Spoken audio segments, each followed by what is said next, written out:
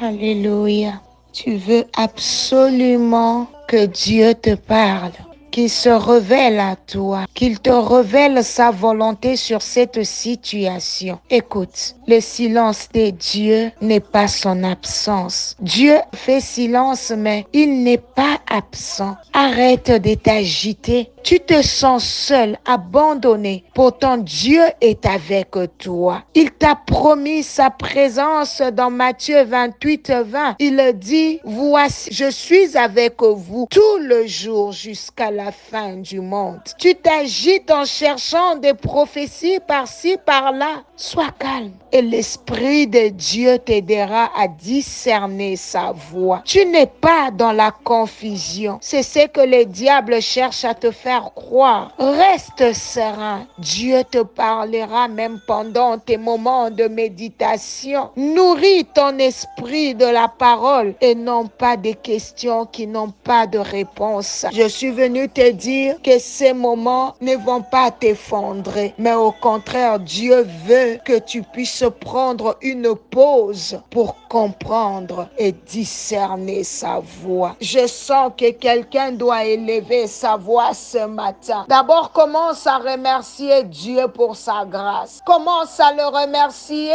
pour sa bonté et pour sa grande fidélité, parce que Dieu reste fidèle dans ta vie. Oh Seigneur, moi je te dis merci pour ce beau jour que tu me fais voir. Seigneur, un jour où je veux encore avoir des réponses à mes questions. Je te rends grâce, éternel, mon Dieu, mon roi, papa, pour le privilège de t'écouter ce matin. Oui, quelqu'un est en train de rendre grâce à Dieu parce que le Seigneur lui parle déjà. Oui, c'est un grand privilège de recevoir cette bonne parole. Que le nom de Jésus soit béni à jamais et à perpétuité. Seigneur, je te rends grâce pour le souffle de vie que tu m'as renouvelé encore ce matin. Tu es en train d'élever ta voix parce que Dieu va te répondre aujourd'hui. C'est par ta grâce, éternelle, mon Dieu, que ce frère vit. Merci,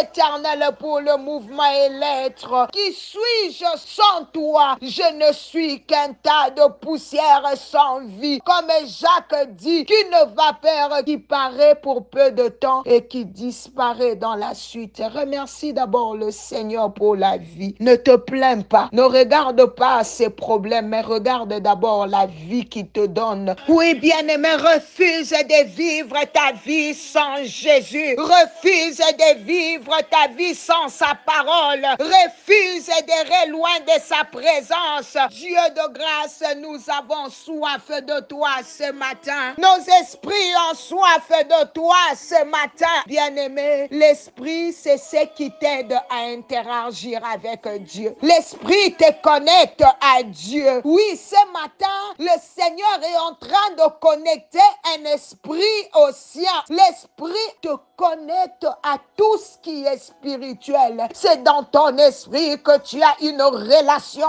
avec Dieu. Et ce matin, je vois le Seigneur restaurer sa relation avec un frère. Cette relation qui était brisée à force de déception. Le Seigneur est en train de restaurer une relation qui était malade à cause des coups de la vie, à cause de la souffrance et de la pauvreté. Le Saint-Esprit restaure. Donc, bien-aimé, quand tu demandes à Dieu de te donner son esprit, Dieu dit, le fait que tu me parles, c'est parce qu'il y a une partie de moi en toi. Dieu habite en nous, bien-aimés, par son esprit. Il nous dit, je viendrai moi et mon Père. Nous allons faire une demeure. Le Seigneur va demeurer dans ton esprit. C'est pour cela que quand ton esprit est habité par Dieu, ça affecte ton âme et ton corps. C'est très important. C'est l'esprit de l'homme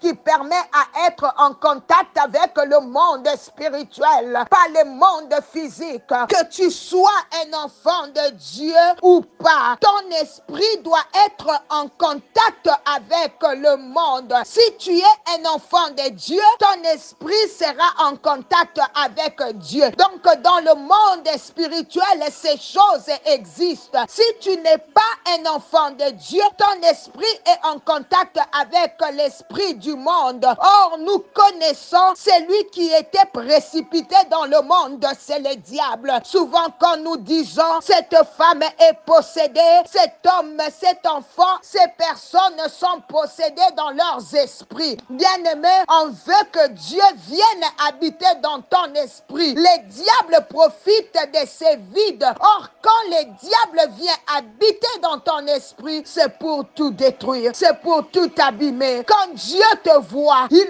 voit une reproduction de lui. Il voit une personne en miniature sur la terre qui porte son ADN. Dieu te reconnaît par rapport à ce que toi tu as de lui. Oh, je vois le Seigneur te connecter encore ce matin. Dieu de grâce et de faveur. C'est pour cela, bien-aimé, refuse de vivre sans Dieu. Refuse de vivre ta vie sans le Seigneur. Oh Seigneur, tu as dit dans ta parole que si je te cherche, je te trouverai. Que si je te cherche de tout mon cœur, tu te laisseras trouver, Seigneur. Oui, Père de gloire, ce matin, un peuple te cherche. Ce matin, une voix s'élève pour te chercher. Du fond de nos cœurs éternels, mon Dieu, nous te désirons. Je ne sais pas vivre sans toi, Seigneur. Je ne peux pas être heureuse sans toi, Seigneur. Je ne suis rien sans toi, Seigneur. Quelqu'un est en train de dire, moi là, si ce n'est pour Dieu,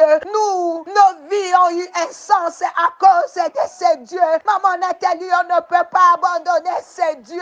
Nos familles qui n'avaient pas de référence. Jésus est venu nous ramasser de nulle part pour nous donner de la valeur. Pendant que nous avons été réduits dans le monde, nous avons été oubliés dans ce monde parce que nous étions la famille la plus pauvre. Mais c'est Jésus. Sa grâce est venue localiser un homme, une femme qui est sortie d'une famille pauvre. Et l'a élevé, lui a donné de la valeur. C'est pour cela que ton témoignage est différent. Quand Dieu te voit, il dit, ça c'est mon produit. Quand Dieu te voit, il dit, non, ça c'est moi qui ai fait ces choses. Dieu est même fier de toi parce que ta vie ne dépendait que de lui. Ta famille a eu une référence à cause de toi. Le nom de ta famille est reconnu à cause de toi parce que Dieu s'est servi de toi. Il a fait de toi son instrument. C'est pour cela, de toutes tes forces, mon bien-aimé, refuse de vivre sans le Seigneur parce que tu sais d'où tu viens. Tu sais là où il t'a pris. Quelqu'un est en train de dire, merci parce que tu t'es servi de moi pour que ma famille te connaisse. Tu t'es servi de moi pour que Jésus entre dans ma maison. Tu es béni, tu es un béni de l'Éternel. Remercie le Seigneur pour la prière d'aujourd'hui. Remercie le Seigneur pour cet appel matinal. C'est pour cela, toi, tu n'as pas droit à être orgueilleux. Non, non, non, non, non. La Bible dit, qu'as-tu que tu n'aies reçu? Si tu l'as reçu, pourquoi te glorifies-tu? Toi, tu sais que ce que tu es, c'est Dieu. Ce que tu es devenu, c'est Dieu. Ce travail que tu as vient de Dieu. Alléluia, ce poste vient de Dieu. Ce fonds de commerce vient de Dieu. Alors remercie le Seigneur pour ce qu'il est pour toi. Dieu est avec toi, tout ce que tu fais. Le Seigneur est derrière ça. Il est derrière la décision que tu vas prendre. Parce que cette pensée qui te passe par la tête ne vient pas de la chair, mais de l'Esprit de Dieu en toi. Fais confiance, car tu feras le bon choix. Dieu est derrière ce choix. Que Dieu te bénisse. Que Dieu te bénisse. C'est ta journée. Prends la bonne décision, car le Saint-Esprit réside dans ton esprit. God bless you all.